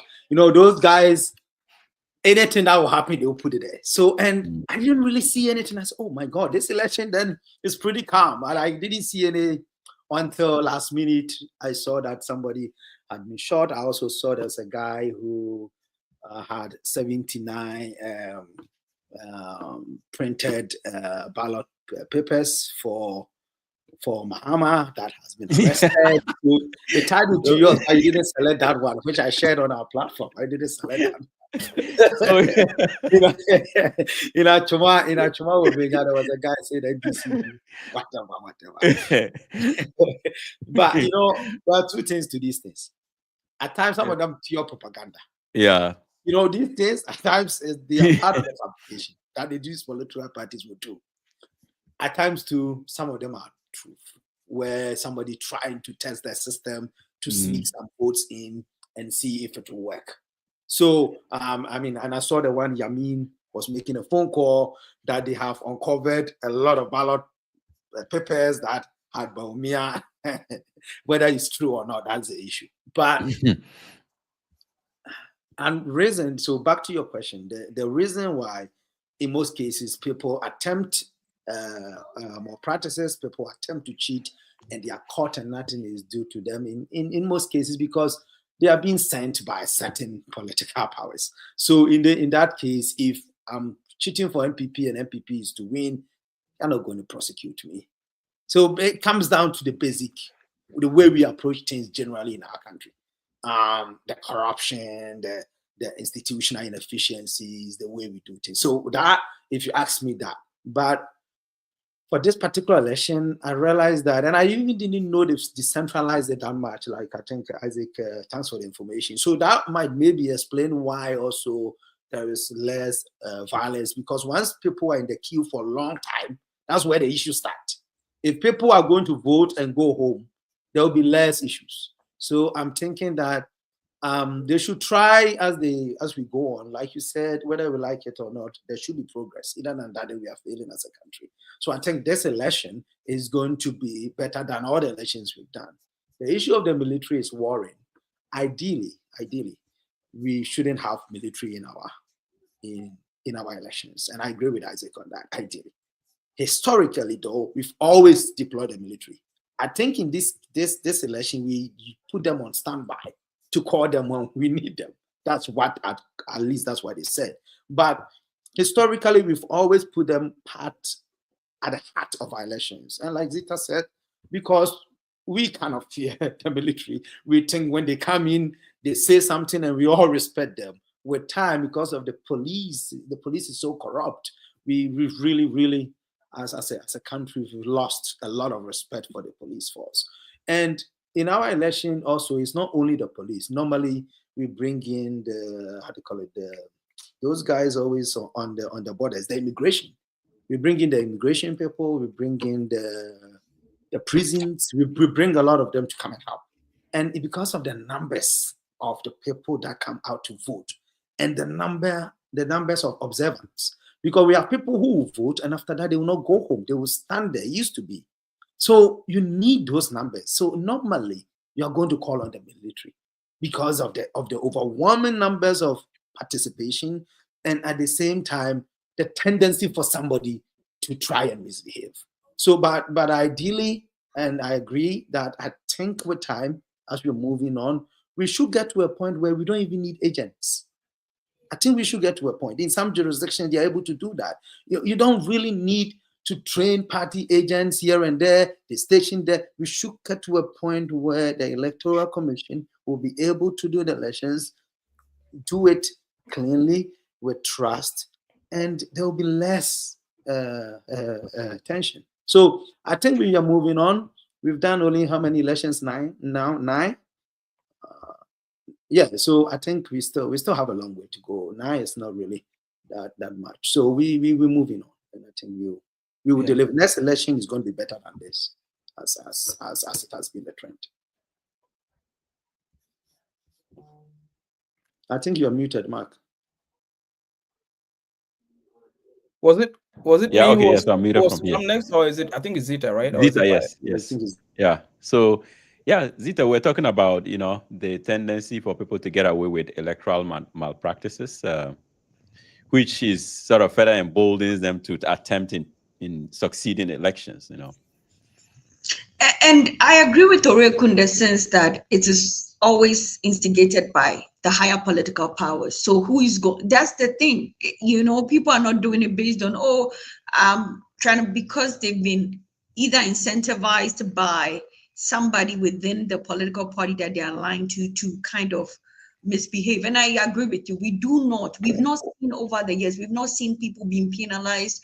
Stories about people who have attempted or tried to enforce some form of political malpractice in jail. Like, we've not seen stories of that to serve as a deterrent. So people think, even if you do and they catch you, they'll put you in counterback. A few weeks, I'm sure some high-rank political parties will come and, bail you out. And there has not been a precedent of cases where people who attempted to thwart and subvert our democratic process be penalized and not seen it. So I agree with you. There is not a strong, sentiment of, if I do this, there are severe consequences and punishment to it. So there are a few people who are emboldened by their allegiance and they tend to misbehave. But like we're all saying, by and large, I mean, I woke up and I'm following, and I've not, unlike Oreku, I don't go on propaganda pages to see what's going on. I don't follow propaganda. I try to be on the streets on TikTok because that's where all the buzzbats, like we call it, all the really you can't be on that platform is mental, man. But that's where it goes down. So I've been watching to see what's going on, and so far I've not seen anything. I'm just hearing from you guys that somebody died and somebody tried to, and Oreku's trying to put it on the NDC that somebody has thumb printed. How can opposition be doing that? Because Agana said MPP people printed. Yes, because MPP is the power. So an example that there are two. They are all stealing. Like if you lose God, they will cheat. That is a fact. So, but how do you get to be? Whoever is in power is more positioned to instigate those types of electoral looting and tampering. That's the point. If NDC was in power and you make that justify, we would say, okay, we are inclined. But you don't see anything, but you're just trying to counter. You see, you are the headquarters of propaganda. So how do you get to be on both NDC and MPP propaganda platform? Because Oreku doesn't deal in issues of real issues. He's always on those people who just post anything, they are not credible, and he'll be using that for his analysis. That is why his analysis is also in Oreku's defense, Oreku has been making very solid political analysis that is not from the propaganda WhatsApp group. So he takes it from there, but he's able to. So let me clarify the propaganda thing. I said I went to their propaganda pages. So not private. So for example, when you go to these pages, if there is anything, they will be the first to put it there. So if NDC is doing anything bad, I have some 3-4 people that they'll post it on Facebook quickly. Oh, like, okay, you mean Facebook pages? Okay. Yeah. So when you go there and you don't see anything on the election, then realize, okay, things are good. Then when you go to the Samijan Fit trained boys that are on Facebook too, that they are doing their own thing, then realize that. So when I went to all these pages and I realized that, oh, this election is calm. I haven't really. Then later the cheating, Tom printing started coming. Then I saw the Yamis one. Somebody, one of my guys, NPP guy that posted. One of my NDC guys posted a Yamin one. The Yamin is calling that, hey, yes, it has to happen. Yeah. I mean, so yeah, Vida, if you want to talk about any of the many issues that we have talked about. Yeah. In all this, because I think with everything that's been going on with this. Okay, we're not hearing you. I don't know. It's Vida, your voice. Yeah. Do you have like headphones on? Yeah. Okay. Yeah. Where is Dampari? Where is Dampari in all of this? his people are on the ground. He's thinking about his job. I think Dampari panicked when they introduced a deputy commissioner of police in charge of operations, which has never happened before. Akufo-Addo appointed a deputy commissioner who he said would be in charge of operations. And the interpretation was that he was essentially trying to clip the wings of Dampari, because what is operations? So, but the politics going on in the police service is also a problem. I mean, Dampari will go either way. Yeah, but do you think that the police service should just be made independent to the extent that they may be able to basically vote their own commissioner, as we have it in America? It's like that. I mean, cities, police departments are tied to cities, and they are kind of autonomous, and they're linked from the established, for instance, city or state government, so that they determine who. I mean, there's some politics, local politics involved, but it's not the central authority that appoints those. So I don't know. It's Ghana. I think in Canada, RCMP is federal, so I don't. And I will check into RCMP whether it's been appointed by. But for Ghana, I would still make the argument that government should have control over the security forces for Ghana, because of the way we do our politics and the nature, the way we are. We want to have total control over the police, but maybe when it comes to issues of elections and things like that, we should find a way to, because there are a lot of things too in US that they are appointed, which at times when I hear it is shocking. Which in Ghana, we don't even appoint them, like how do you call it? I've forgotten.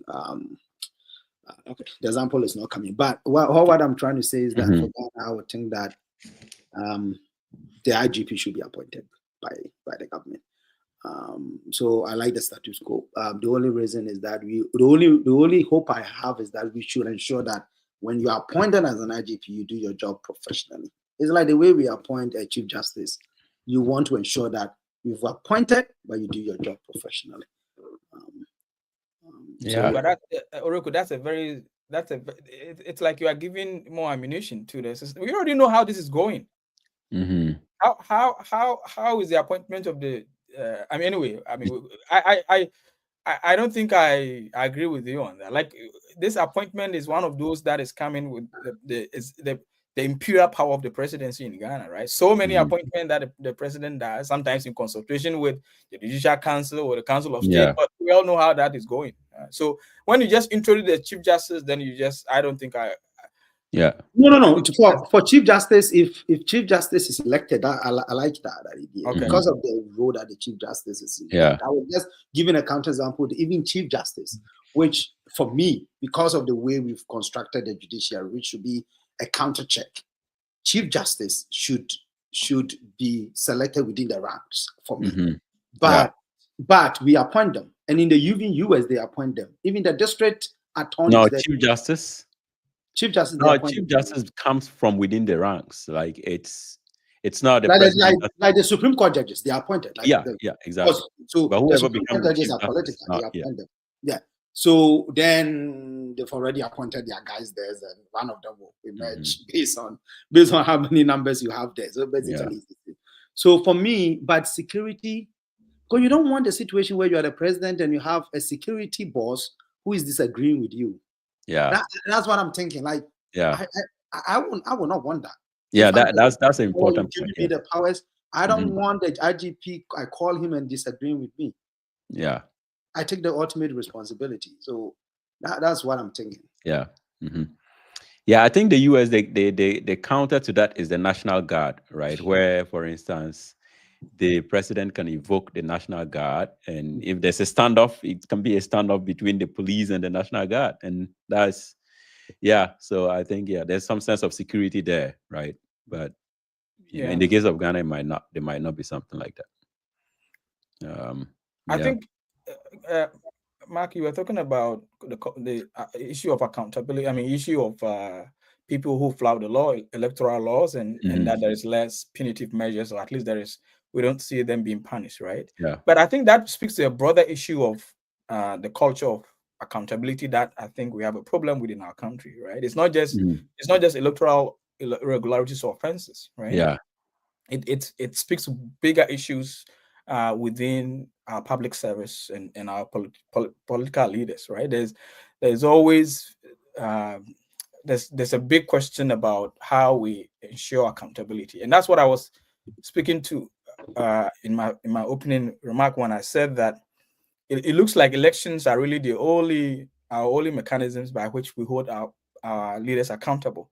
But in this particular case that we are seeing in these elections of electoral officers breaking the law, we have to set example, right? And I think the Electoral Commission has to set an example. These people have to be prosecuted so that it serves as a deterrence, right? Yeah.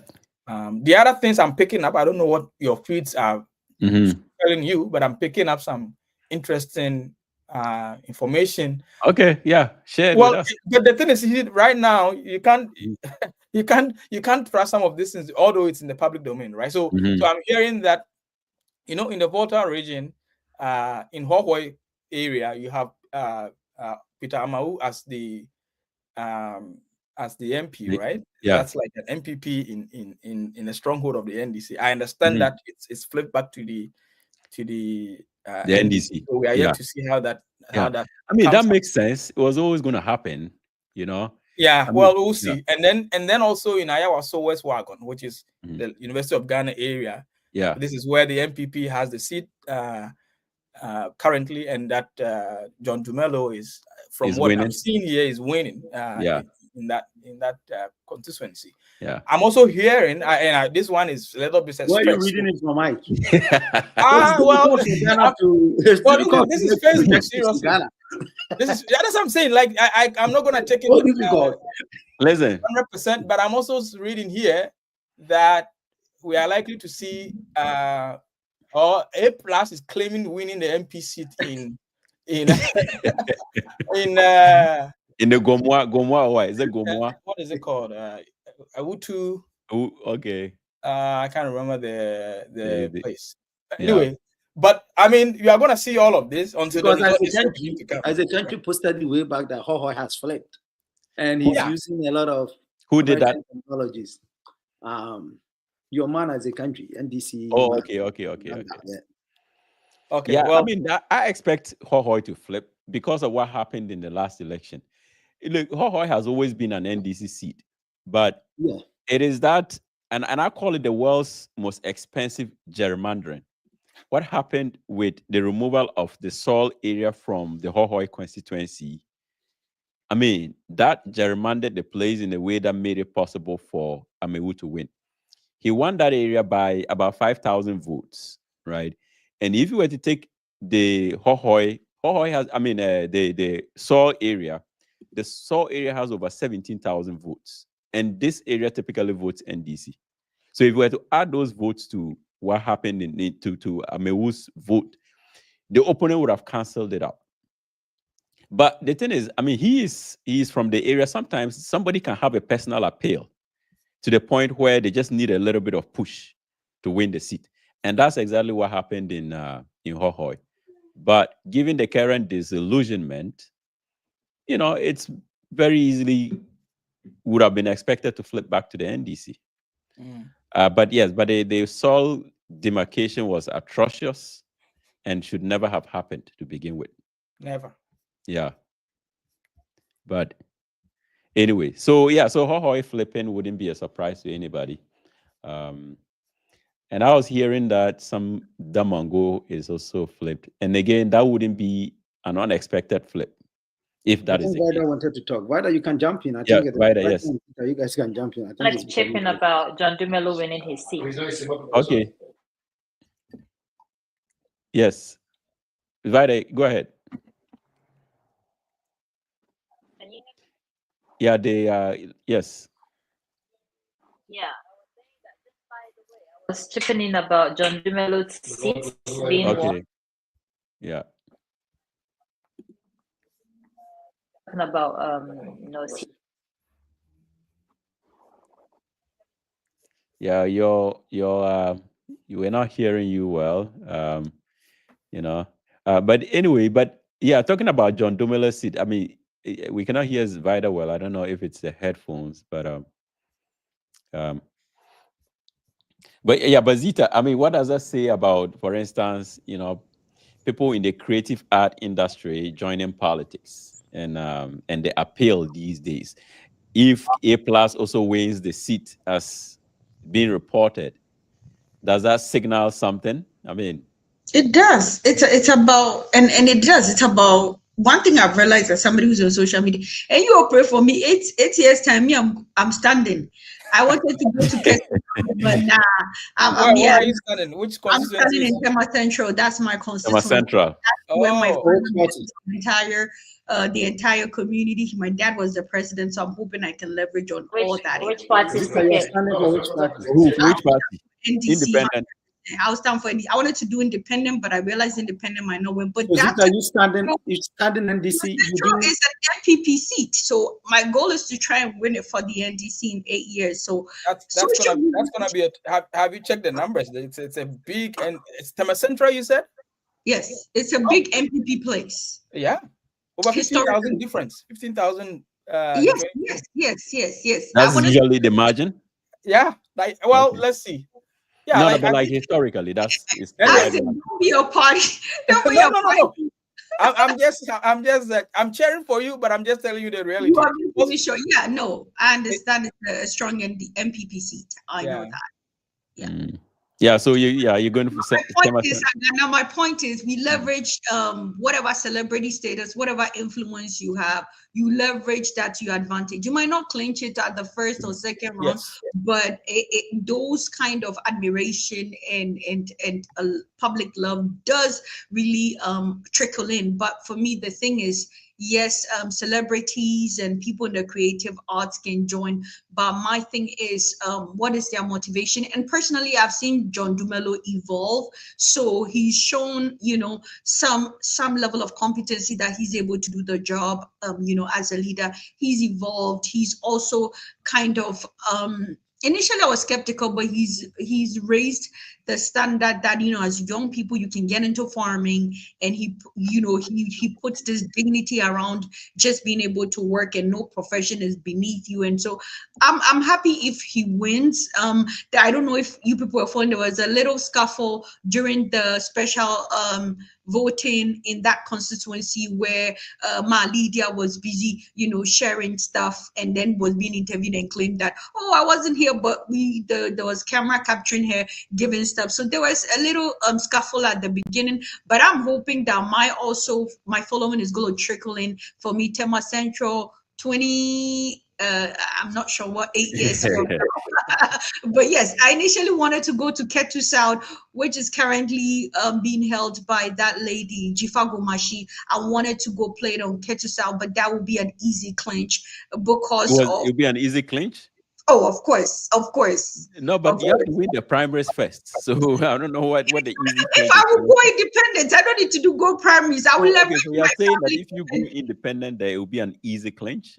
I'm not saying it's going to be an easy clinch, but it would take away from her vote. And you might not win at the first round, but my strategy is simple. In the next 8 years, I'm going to be going to Ghana, going to public schools, building capacity, sharing what I'm doing. And so even if I don't win at the clinch, but I don't want to play it safe. You were raised in Tema your whole life. You've never lived in the Volta region, and then you're going to stand. I want to stand in Tema Central. I know it's a strong MPP seat, but I'm always the first to break stuff. So okay. I know that my constituency is a strong MPP place. So I know Isaac is like Zeta. It is, and Isaac will send me the numbers later. The numbers.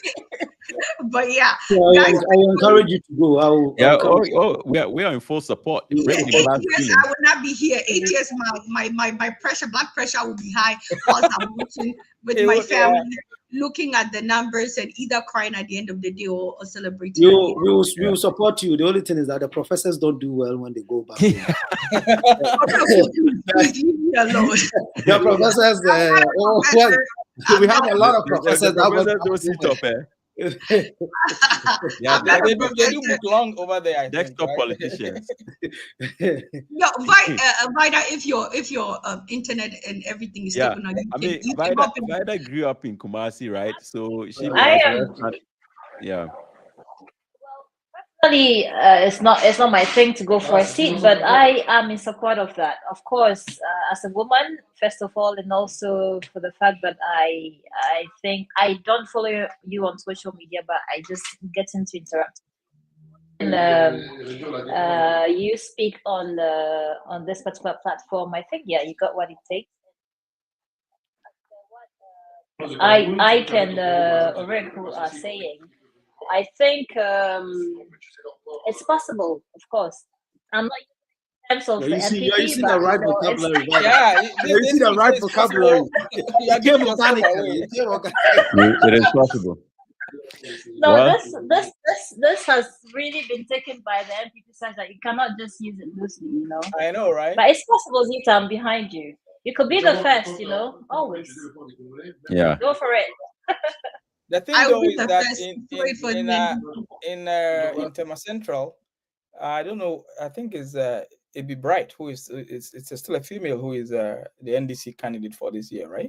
Is she also not a creative industry person? Yes. Yeah. Yes. Okay. And she's been standing for, I think this will be the third attempt. Yeah. She needs to take several seats and let me come. I mean, when you make your entry, perhaps by then she would have. Oh yeah, once I make my entry, everybody say, and I'm ready because I if I can deal with all these men like Oreku, I can deal with all these politicians. I'll be the one to come and. I'll be the one to come and support you. No. Procure your card.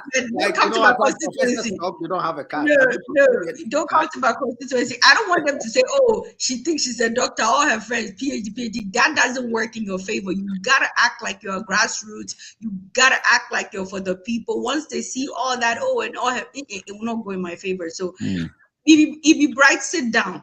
Yes. We will organize people to come and support you. So, but Oreku, I think you need to do further work on the idea that the professors don't do well in electoral. Oh, you see, you are hitting Agane's ambitions as well, no, right? No. It has nothing to do with me. Come on, please. Oh, okay. No. I have no horse in this race. Okay. But, yeah, I'm just being curious. That You remember Agbambabin, when Agbambabin was under pressure? I think at a point the NDC whole machinery wanted to come after Agbambabin. Okay. To the extent I think somebody contested him in his seat. And Chemesa Buntu went down there to help him to campaign. Oh, and yeah. Agbambabin said something which I will never forget. He said, you know, I have been there for a long time. There are a lot of professors in parliament, and they are all moose. When they come, they cannot talk. So people should vote for me. All what I'm trying to say is that most of the professors we know in Canada here went back home. Yeah. Where we know our own Zato, our own MacPessa is not been going well. I think this guy also stand. What's his name? Paul. Paul is an early entrant, right? Yeah. I mean, you know. Who again? We know a lot of people that went in there, and it doesn't mean to not go well. But I'm talking about the fact that the professorial experience reality is different from the ground reality. So if you go and talk about philosophizing democracy, nobody's going to listen to you. You just have to speak their language, and you have to try and play the dirtiness at times. And it will come with the terrain, and with time, if you want to be refined, then you get refined. I think that's what is going to happen when you step into Ghana's politics. You realize that a lot of the gender analysis, Zita, you have to throw it away for now.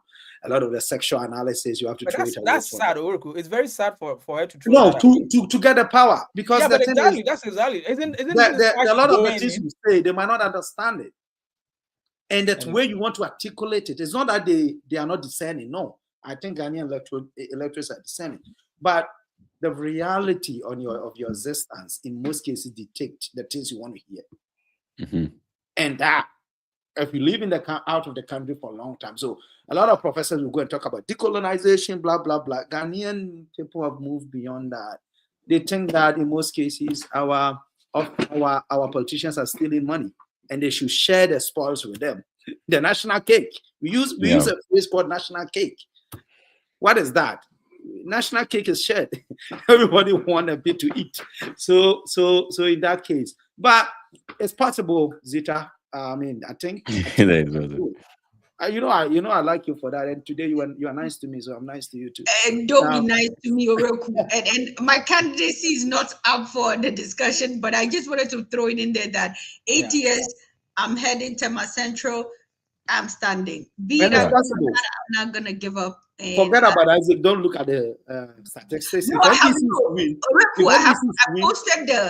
posted the past 20 years results on my Facebook page for a few years. Last year, I think, when I was thinking about it. So Isaac is spot on. It's a strong MPP seat, and it's not like you are winning by just a few. It's a solid MPP seat because the demographic in my neighborhood is mainly Akan speaking. And again, I don't want to touch on the ethnicity bit, but having lived there my whole life, and my father being like president of the one of our neighborhoods and stuff like that, it's that kind of a seat. So I know what I'm up against. I just feel like it's always disingenuous for most of us to go back to our hometown, a place we didn't grow up, a place we didn't live, a place we cannot really relate to the realities of the people, and just leverage on our family names or whatever social currency we have to win. I just feel I agree with you. That is very sincere. So, yeah. I would rather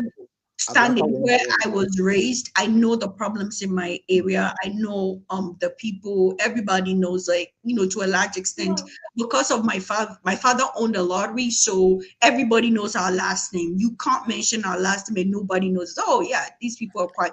So I wanted to do it there, and pray for me. I will be crying at the end of the day, or I'll be celebrating. Either way, we keep moving forward. Yeah. And then is there any new breaking? Well, I'm hearing that Nandom has fallen for NDC. I don't know how true that is. But Nandom was it held by MPP? Is that not former Andrews Derry's position? Yeah, it was NDC. Oh yes. Yeah. Well, that would be a surprise. Yeah. Even though Ambrose is, and look, he may as well go for the NDC, but he's somebody that they like. Yeah. You know, I remember growing up in Bolga. Ambrose spent most of his life in Bolga, and he was very liked by the Dagatis in Bolga at the time. So so if he wasn't the one, it wasn't likely that the seat would have ever gone to the MPP. Yeah. But if it flips, I mean, he's been there for some time now. So if it flips, that's not surprising either. Yeah, I mean, there's a lot of these things are just people wishes. Yeah, we'll see. Yeah. I mean, Hey, we can join the speculation train. I mean, at least for now, right? Yeah. Because that's the thing about Ghanaian politics. Like even news, breaking news, right? You normally have to give it 24 hours for it to talk, for you to know what actually is happening. But everybody's claiming a win until the actual result come out. Yeah. Hey, but I've come to trust, breaking news in Ghana. Yeah. There's usually no rumor in Ghana, man. It's I guess with the current nature of media, social media, things leak easily. Yes. Somebody says, "Okay, I'm only confiding in you. Don't tell anyone." Yes. And then he sends it to another person, and by the time we realize, it's across the entire social media. Yeah. Yeah, but yeah, okay, that would be a surprise there, but not a surprise. Yeah. I'm watching out for Central Region because Central Region. Okay, what where's, like, are you looking at it for the presidential vote in general, or the specific constituencies that you? Well, like it's Central Region is very interesting, right? I mean, it's you never know where it's gonna go. Yeah. And the NDC now has more parliamentary seats than the MPP, and so and that has not always been the case. So, but I think the MPP has won presidential, like in my constituency, for example, in Ejumako and Siam, it's a very interesting dynamic there.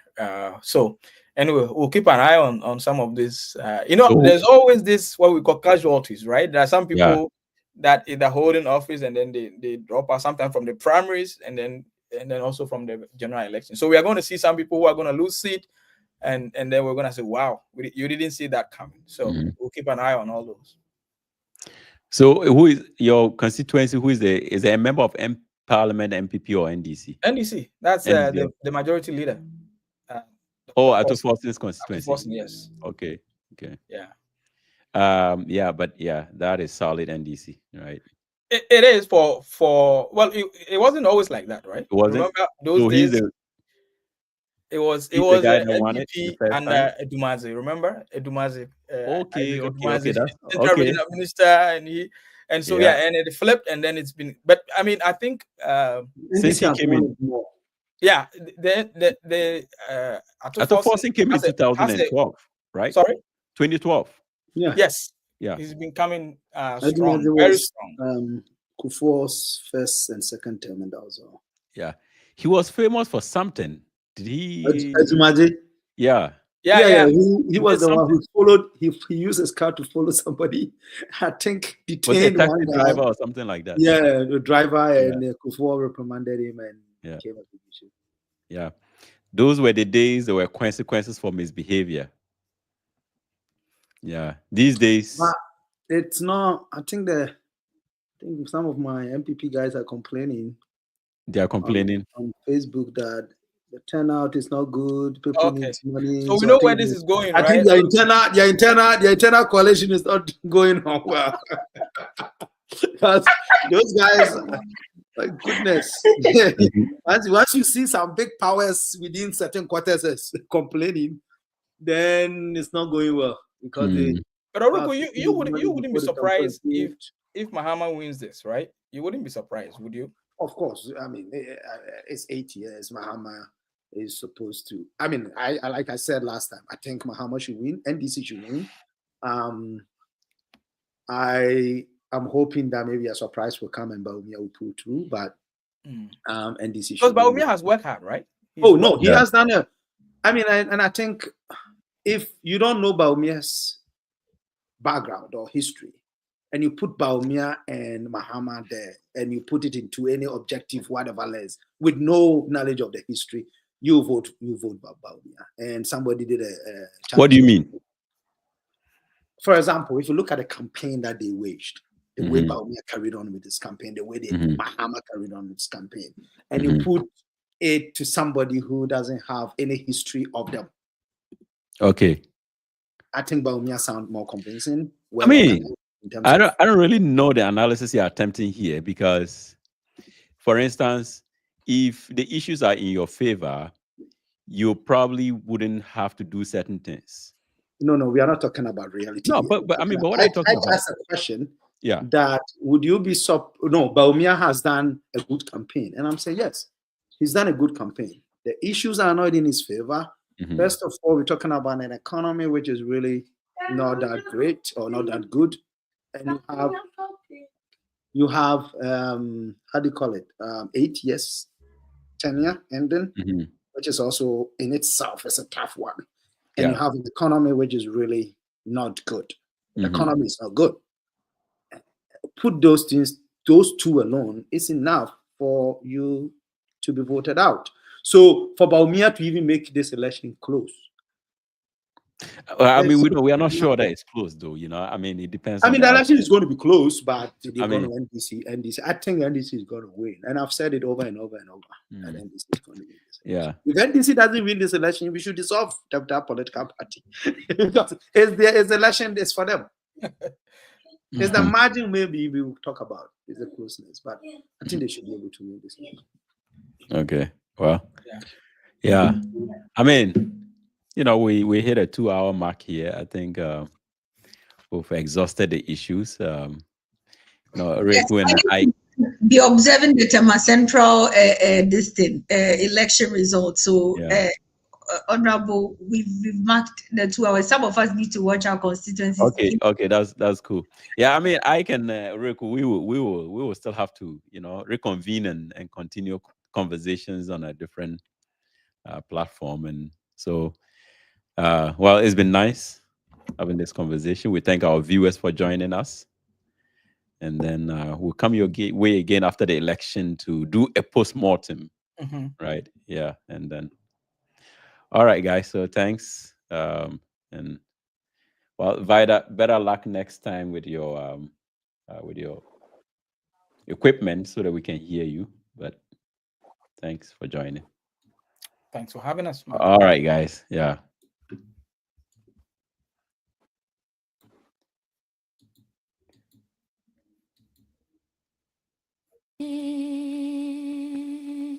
You let a yum yum yum yum yum yum yum yum yum yum.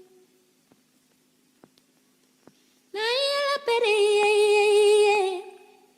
matinayela bese. You let a yum yum yum yum yum yum yum yum yum yum. Nayela pere, muna kapela, chora kakisa. Bayari hela pere, balungana baire, tupa ani, imping tuna, masanta tapage, bayu tuvitele, masankele yura, babantu vijara.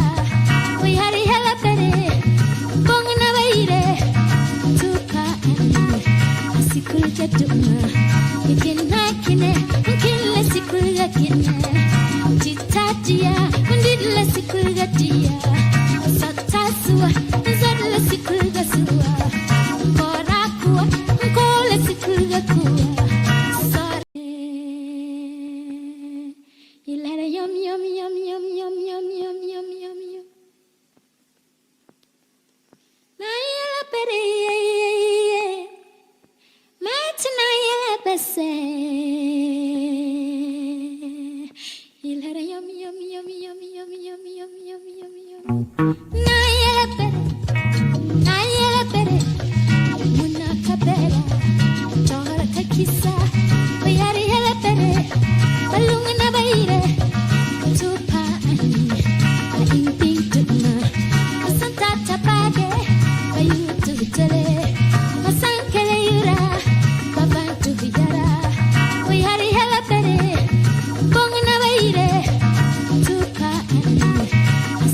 Let do